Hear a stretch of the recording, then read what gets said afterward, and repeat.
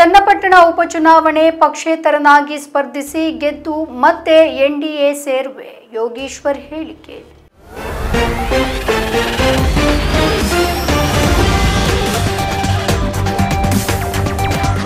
ಚನ್ನಪಟ್ಟಣ ವಿಧಾನಸಭಾ ಕ್ಷೇತ್ರದ ಉಪಚುನಾವಣೆಯ ಎನ್ಡಿಎ ಒಮ್ಮತದ ಅಭ್ಯರ್ಥಿ ನಾನೇ ಆಗುವ ವಿಶ್ವಾಸ ಇದೆ.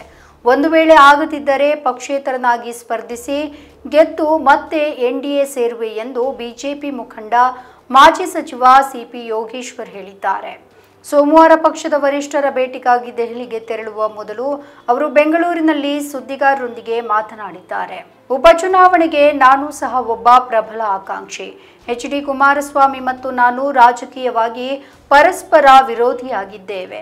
ಬಿಜೆಪಿ ಜೆಡಿಎಸ್ ಮೈತ್ರಿಯ ಬಳಿಕ ಕುಮಾರಸ್ವಾಮಿಯವರು ಕೇಂದ್ರದಲ್ಲಿ ಸಚಿವರಾದರು. ಅವರಿಗೆ ಸಮೀಪದ ಪ್ರತಿಸ್ಪರ್ಧಿ ನಾನೇ. ಹೀಗಾಗಿ ಅವರಿಂದ ತೆರವಾದ ಮೇಲೆ ನನಗೆ ಬಿಟ್ಟುಕೊಡಬೇಕು ಎನ್ನುವುದು ನನ್ನ ವಾದ ಅಂತ ಹೇಳಿದ್ದಾರೆ. ಕುಮಾರಸ್ವಾಮಿ ಮತ್ತು ನಮ್ಮ ಪಕ್ಷದ ವರಿಷ್ಠರು ಏನು ತೀರ್ಮಾನ ಮಾಡಲಿದ್ದಾರೆ ನೋಡೋಣ. ಉಪಚುನಾವಣೆ ಸಮೀಪಿಸ್ತಾ ಇದೆ. ಚುನಾವಣೆಯ ಯಾವುದೇ ಸಂದರ್ಭದಲ್ಲಿ ಘೋಷಣೆಯಾಗಬಹುದು. ಕಾಂಗ್ರೆಸ್ ಕೂಡ ತುಂಬಾ ಚಟುವಟಿಕೆಯಿಂದ ಇದೆ. ಡಿಕೆ ಶಿವಕುಮಾರ್ ಅವರು ಆಗಸ್ಟ್ 15ರಂದು ಚನ್ನಪಟ್ಟಣಕ್ಕೆ ಬಂದು ರಾಷ್ಟ್ರಧ್ವಜ ಅನಾವರಣಗೊಳಿಸುವುದಾಗಿ ಹೇಳಿದ್ದಾರೆ. ಈ ಮೂಲಕ ಅವರು ಸ್ಪರ್ಧಿಸುವ ಬಗ್ಗೆ ಸಂದೇಶವನ್ನ ಕಳುಹಿಸಿದ್ದಾರೆ. ಇದನ್ನು ನೋಡಿದಾಗ ನಾವು ಸುಮ್ಮನೆ ಇರೋದು ಸರಿನಾ?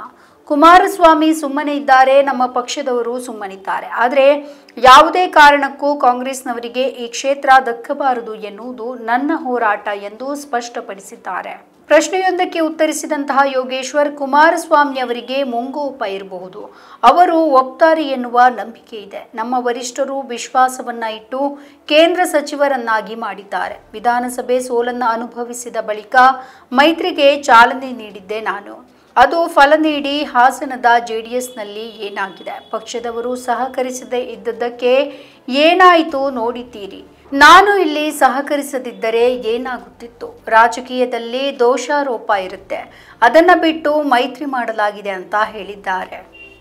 ನಮ್ಮ ಈ ವಿಡಿಯೋ ನಿಮಗೆ ಇಷ್ಟ ಆದಲ್ಲಿ ಲೈಕ್ ಮಾಡಿ, ಶೇರ್ ಮಾಡಿ, ಕಮೆಂಟ್ ಮಾಡಿ ಮತ್ತೆ ಸಬ್ಸ್ಕ್ರೈಬ್ ಮಾಡಿ.